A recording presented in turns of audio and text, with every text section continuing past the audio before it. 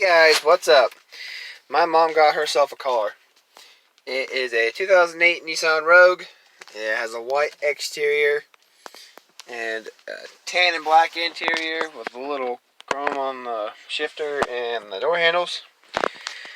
And this car, I gotta tell you, it is freaking awesome. It looks pretty clean for an 08.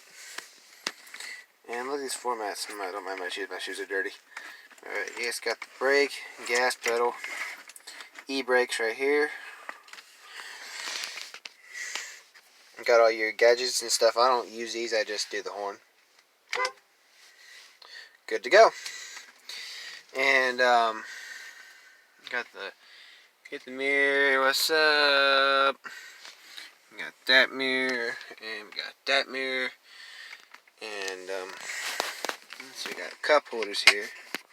I don't know what this little flippy thingy does. But yeah, here's the interior of the car.